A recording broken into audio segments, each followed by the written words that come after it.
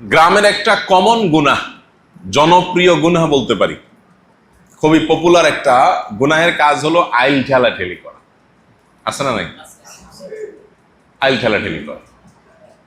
অবাক করা ব্যাপার হলো, হাজি সাহেব, গাজী সাহেব, নামাজি সাহেব, মহিলাদের মধ্যে বোরকা আলী সাহেব, হাত মোজা সাহেব, পা মোজা সাহেব, কোন সাহেবই দেখা যায় এই ব্যাপারে তার এই সেন্সও কাজ করে না। তিনি একটা এমন কাবিরা গুনাহ করছেন যেটার কোনো সমাধান নাই।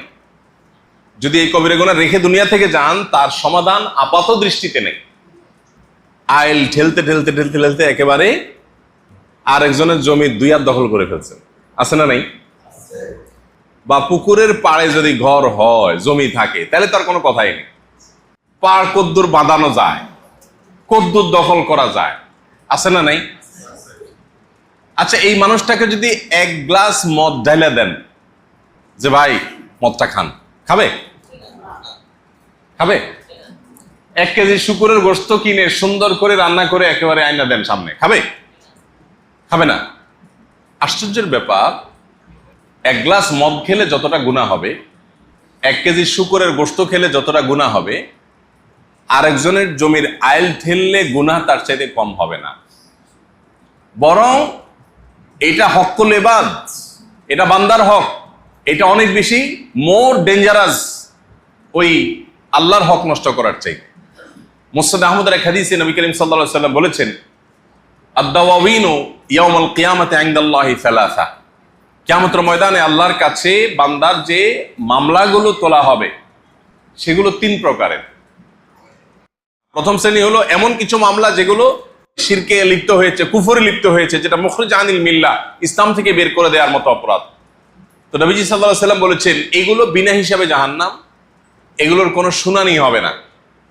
আর দ্বিতীয় যে মামলা আছে সেগুলো হলো আল্লাহবাদী মামলা, মানে আল্লাহর হক নষ্ট করছেন সেরকম অপরাধ। নামাজ পড়েন নাই, শুকরের গোশত খাইছে, মদ পান করছে, এমন কোনো কাজ করছে যেটাতে আল্লাহর হক নষ্ট হয়, সেখানে বান্দার কোনো অধিকার সংশ্লিষ্ট না। এই মামলাগুলো সম্পর্কে নবী করিম সাল্লাল্লাহু আলাইহি সাল্লামের বক্তব্য হলো যে আল্লাহ চাইলে এগুলো মাফ করে দিতে পারেন, আবার চাইলে আল্লাহ শাস্তিও দিতে পারেন। কিন্তু তৃতীয় যে ধরনের মামলা আছে সেগুলো হলো বান্দার হক সংশ্লিষ্ট মামলা। যেমন আপনি আরেকজনের জমির আইল ঠেলেছেন, পুকুর পাড়ে ঘর আছে, সেই সুযোগে বাঁধাই করে আপনি মাশাআল্লাহ করে একেবারে বাঁশ টাস দিয়ে সুন্দর করে সেখানে মাটি ফেলায় গাছ টাছ লাগিয়ে দিচ্ছেন, কেউ বোঝার উপায় নেই, এত সুন্দর করে পাড় দখল করে ফেলাইছে।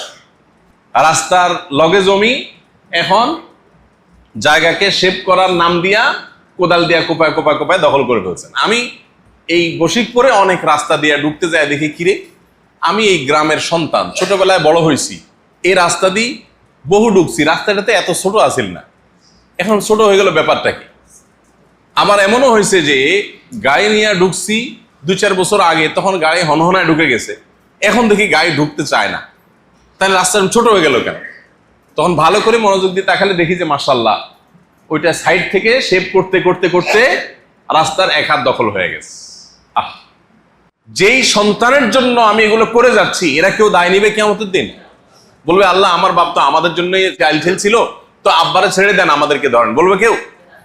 বরং উল্টাটা হবে। আল্লাহ বলেছেন, ইয়াউমা ইয়াফিরুল মারউ মিন আখিহি ওয়া উম্মিহি ওয়া আবি।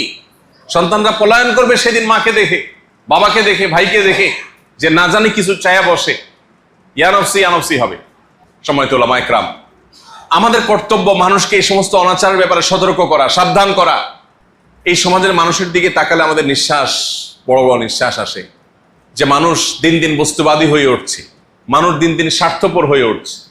কিছু অনাচার আমাদের সমাজকে গ্রাস করে ফেলেছে। আমরা ছোটবেলায়ও দেখেছি, এই যে দোকানে দোকানে, বাজারে বাজারে যে টেলিভিশন দেখার জন্য মানুষ ভিড় করতো, হুমড়ি খেয়ে পড়তো, এবং বিভিন্ন রকমের ফিল্ম, আপনার তখনকার আমলের আলিফ লায়লা, এটা সেটা, টিপু সুলতান, এসব দেখতো মানুষ। আমাদের শৈশবের কথা মনে আছে। এগুলো দেখে টেকে মানুষ সর্বোচ্চ 9টা-10টার মধ্যে শুয়ে পড়তো। কিন্তু এখন এই বশিকপুর গ্রামের যতগুলো বাড়ি আছে, কোন বাড়িতে মানুষ রাত 9টা-10টা ঘুমায়? বলে এখানে যে কজন আছেন, কজন 9টা-10টা ঘুমান? 11টা 12টা, এটা কোনো ব্যাপার না। আর ফজরের পরে ঘুম, এটা তো আমরা জীবনে কোনোদিন ছোটবেলায় চিন্তাও করিনি। মা চাচিরা ফজরের পরে ঘর দুয়ার ঝাড়ু দেওয়া শুরু হয়ে গেছে, উঠান ঝাড়ু দেওয়া শুরু হয়ে গেছে, আর পুরুষরা কাজে কামে চলে গেছে, পোলাপান পড়ালেখা চলে গেছে, মক্তবে মাদ্রাসা স্কুলে চলে গেছে। আমরা এখানে ওলামায়ে কেরাম আছি, আমরা নিজেরা কতটা আমল করি আমি জানি না। আমি দীর্ঘদিন থেকে একটা প্র্যাকটিস করতেছি আমার বাসায়, দীর্ঘদিন থেকে। সেটা হলো মাগরিবের পরে রাতের খাবার শেষ, এশার সময় আমার বাচ্চারা বাসায় অলমোস্ট মশারি সেট আপ করা শেষ, এশার পরে সবাই যার যার জায়গায় বিছানায় চলে যায়। এবং দিনে আর কোনো কাজ করতে পারি আর না পারি, এই সুন্নাহটা আমাদের আয়েশা বলেছেন, কানান নবী সাল্লাল্লাহু আলাইহি ওয়াসাল্লাম ইয়াকরাহুন নাওমা ক্বাবলা আল-ইশা ওয়াল হাদিসা বাদা। নবীজি এশার আগে ঘুমানো আর এশার পরে কথা বলা অপছন্দ করতেন। আমি যে 2 বছর হলো প্রায় মাহফিল ছেড়ে দিছি, 3 বছর হয়ে গেছে প্রায় মাহফিল করি না, যত ভিভিআইপি আবদার আসুক পারতপক্ষে করি না। এর অনেক কারণের ভিতরে একটা কারণ এটাও যে মাহফিল করতে হলে রাত 12টা সোয়া লাগে। সুন্নার বাইরে মাহফিল করে মাহফিলে ইসলামের খেদমত হবে না, আমি বিশ্বাস করি না। আমার পকেট ভারী হইতে পারে, ইসলামের খেদমত হবে না। তো এই জন্য আপনাদের প্রতি উদাত্ত আহ্বান যে এলাকার মানুষের পালস এবং তাদের প্রয়োজন এটা অ্যাসেসমেন্ট করে বুঝে তাদেরকে সমাজ সংস্কারমূলক কাজ যদি আপনারা করেন, আমাদের দেশটা সুন্দর হবে। মুসলিম উম্মাহ হিসাবে আমাদের মাথা উঁচু করে দাঁড়াতে পারবো আমরা মানুষকে ভালো মুসলমানটা বানাতে হলে পোশাকি মুসলমানের চাইতে আচরণগত ভালো মুসলমান বানানোর প্র্যাকটিস আমাদের বেশি করতে হবে।